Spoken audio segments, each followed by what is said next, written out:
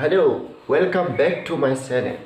আমি আজি class 10 chapter number 2 পলিনোমিয়েলছৰ exercise 2.2 একেবাৰে লাষ্ট কুৱেশ্যনটো কৰিবলৈ গৈ আছো কুৱেশ্যন নম্বৰ 3 দিয়া আছে এটা শূন্য দুটা দিয়া আছে আৰু শূন্য দুটা দিয়া থাকিলে আমি বহুপদটো কেনেকৈ উলিয়াম আমি সেই ট্ৰিক্সটো আমি চাম ভিডিওটো শেষলৈকে চাই থাকিলে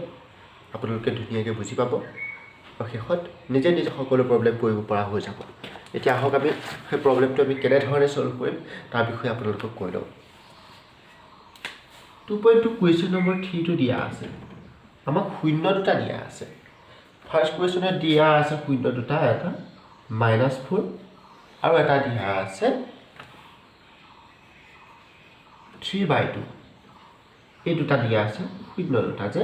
এটা দিছে এটা শূন্য হৈছে -4 আৰু এটা হৈছে 3/2 আমি কি কৰিব লাগে বহুপদটো নিৰ্ণয় কৰিব লাগে দ্বিঘাত বহুপদটো নিৰ্ণয় কৰিব লাগে এতিয়া আমি জানো চোৱা যেহেতু আমাক দিয়া আছে শূন্য দুটা আমি সলিউশন বুলি লিখি ল'ব লাগিব সলিউশন বুলি লিখি ললো আমাক কি দিয়া আছে আমি সেইটো লিখি লওঁ আমাক যেটো দিয়া আছে সেইটো আমি ফাৰ্স্ট লিখি লওঁ আমি জানিলো কি দিয়া আছে যে গিভেন শূন্য দুটাক আমি কি বুলি ধৰিছিলো এটা শূন্যক আমি আলফা বুলি ধৰিছিলো আৰু এটা শূন্যক আমি বিটা বুলি ধৰিছিলো সো আমি আলফা = কি লিখিব পাৰো -4 আৰু ইটো শূন্যক কি বুলি লিখিব পাৰো বিটা = 3/2 এয়া হৈছে আলফা আৰু বিটা শূন্য দুটা দিয়া আছে এতিয়া আমি জানো আমি কি কৰিব লাগে দ্বিঘাত বহুপদটো নিৰ্ণয় কৰিব লাগে let দ্বিঘাত বহুপদটো let the polynomial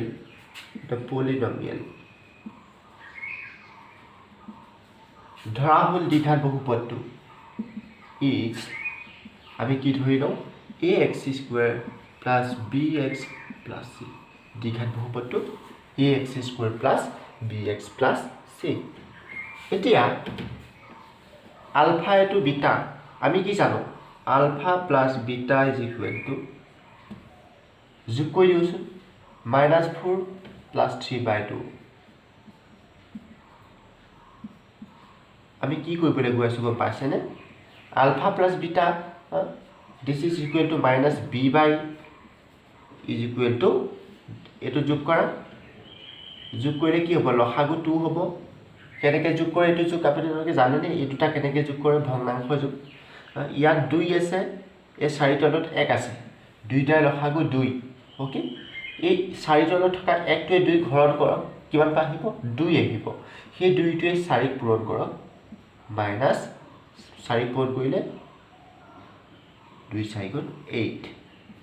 প্লাস এই 2 টোৱে এই 2 টো ঘৰত কৰক 1 আহিব ইয়াৰ লগত পূৰণ কৰিলে 3 ওপৰৰ লগত পূৰণ কৰিলে 3 বস এটো আহিল সো আমি কি পাই গলো -b/a = -5/2 কেনেকৈ পালো এটো আমি কেনেকৈ পালো এনেকৈ হল এটা কথা হল আমি মুঠতে a আৰু b বিলাক উলিয়াব লাগে এটো সাইডত আমি আলফা বিটা উলিয়াম আলফা বিটা = কিমান হ'ব -4 * 3/2 -4 * 3/2 and this is equal to এই 2 ইয়াক কাটিলো -2 * 3 -6 হল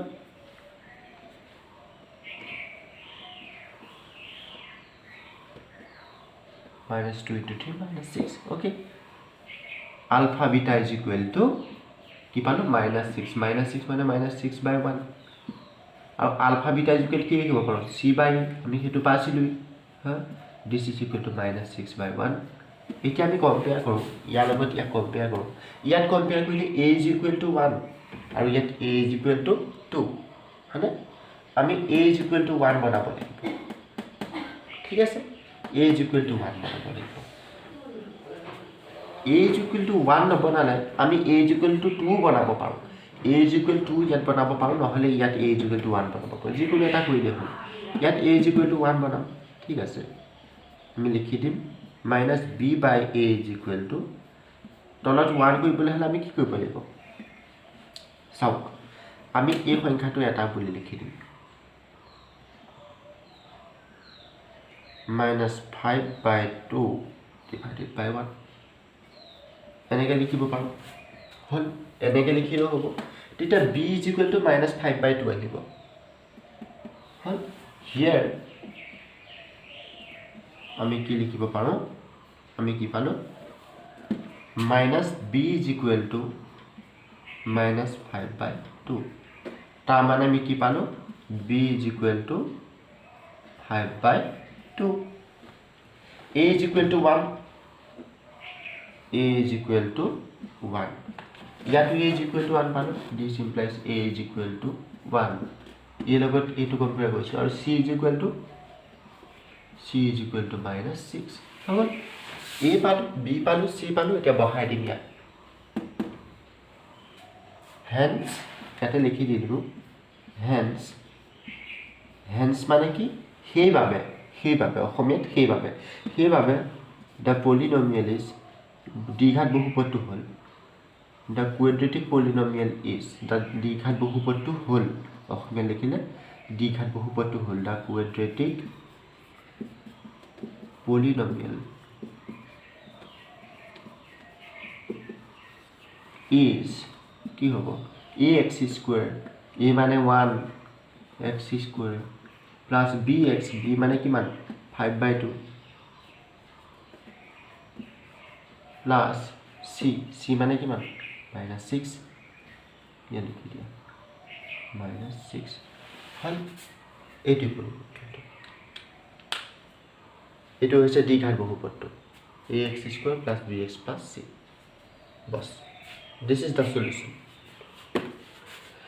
এনেকৈ বাকি গোটেইকেইটা প্ৰব্লেম কৰিব লাগিব এতিয়া আমি